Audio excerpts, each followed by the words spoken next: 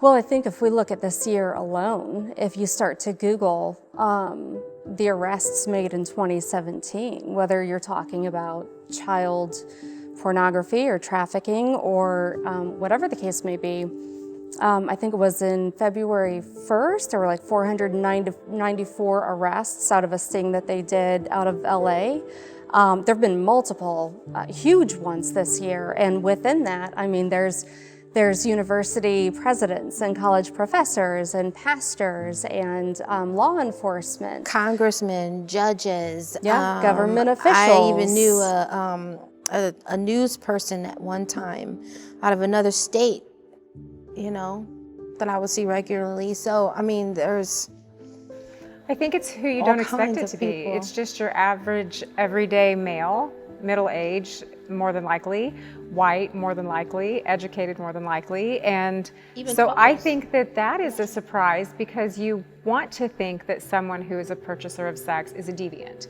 And you want to think that they're a creepy person who hangs out in dark alleys and hides in dark corners in the porn shops. But I think that it's different than that. And to shine a light on that and to bring a face to that is an important piece of the exploitation process and understanding what that looks like. Mm-hmm. Yes. The buyer is it's just your typical male. It's not always someone that you would see on the streets in fear. Yes, yeah, and more often than not married, oftentimes with children, you know, and so, but again, then even within that, you don't have necessarily a certain typology, right? I mean, you start to break down the different pieces and you know, who engages in, again, a different type, right? The pornography versus the online escort versus sex tourism, right? So it just varies so widely. But I do think that that's the biggest piece, is that we tend to think of sex trafficking in a vacuum.